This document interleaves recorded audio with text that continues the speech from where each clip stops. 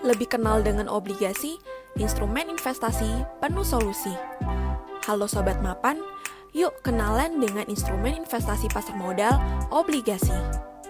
Apa yang Sobat Mapan ketahui tentang instrumen investasi obligasi dan jenis-jenisnya?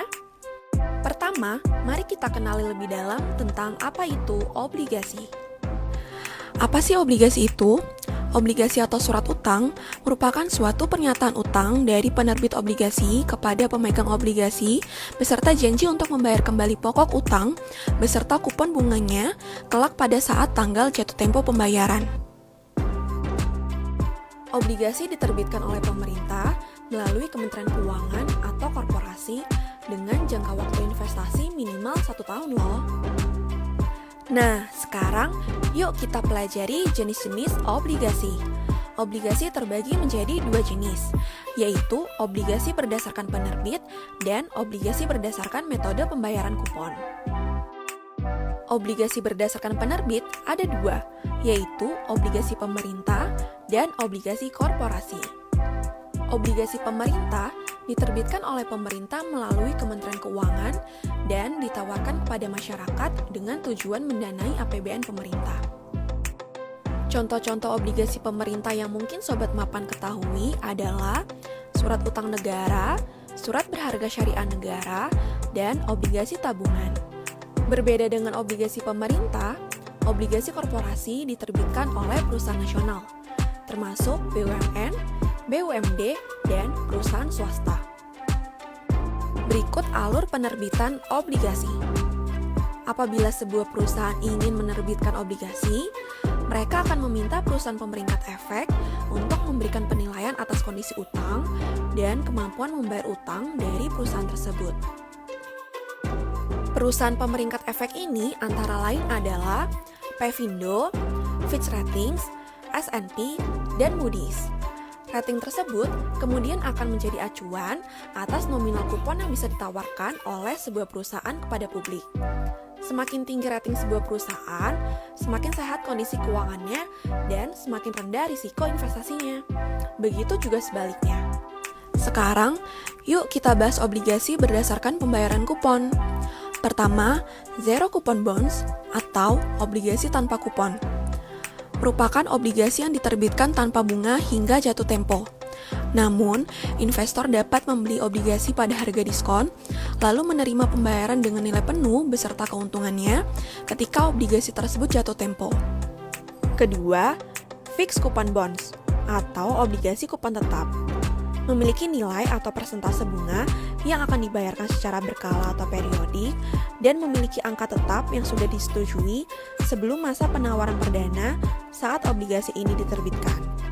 Ketiga, variable coupon bonds atau obligasi kupon mengambang. Memiliki bunga yang ditetapkan nantinya dapat berubah sewaktu-waktu yang akan disetujui di waktu tertentu, sesuai dengan persentase atau nilai bunga yang dipengaruhi acuan suku bunga perbankan. Jenis obligasi berdasarkan periode pembayaran kuponnya. Pertama, obligasi yang kuponnya dibayarkan secara bulanan. Contoh SBN, yaitu obligasi negara retail, sukuk retail, sukuk tabungan, dan savings bond retail. Kedua, obligasi yang kuponnya dibayarkan secara triwulanan. Contoh, obligasi korporasi. Ketiga, obligasi yang kuponnya dibayarkan secara 6 bulanan. Contoh, fixed rate dan global bond. Nah, sebelum kalian investasi obligasi, yuk simak dulu keuntungan dan risiko-risikonya. Pertama, memberikan pendapatan tetap berupa kupon. Hal ini merupakan ciri utama obligasi, di mana pemegang obligasi akan mendapatkan pendapatan bunga secara rutin selama waktu berlakunya obligasi. Berikut simulasi kupon obligasi. Kupon obligasi negara retail 5,70% PA, pajak obligasi 10%, investasi obligasi senilai 100 juta rupiah. Maka ilustrasi penerimaan kupon adalah sebagai berikut. Kupon sama dengan nominal investasi dikali persentase kupon dikurang pajak 10%, sama dengan 100 juta rupiah dikali 5,70% dikurang dalam kurung 100 juta rupiah dikali 5,70% dikali 10%, sama dengan Rp5.130.000. Kemudian, kupon yang akan dibagikan per bulan yaitu sebesar Rp5.130.000 dibagi 12, yaitu Rp427.500. Maka, setiap bulan Sobat Mapan akan mendapatkan kupon sebesar Rp427.500. 2. Capital gain. Di samping penghasilan berupa kupon, pemegang obligasi dapat memperjualbelikan obligasi yang dimilikinya untuk mendapatkan capital gain. Berikut ragam risiko investasi obligasi yang perlu diperhatikan. Pertama, risiko saat perusahaan tidak mampu membayar kupon dan atau tidak mampu mengembalikan pokok obligasi. Kedua, harga jual kembali obligasi dipengaruhi oleh suku bunga. Ketiga, risiko likuiditas, di mana obligasi yang diperjualbelikan dalam waktu yang cepat berkemungkinan akan sulit terjual di pasar sekunder. Semakin yakin untuk investasi obligasi, bukan? Selamat berinvestasi Sobat Mapan!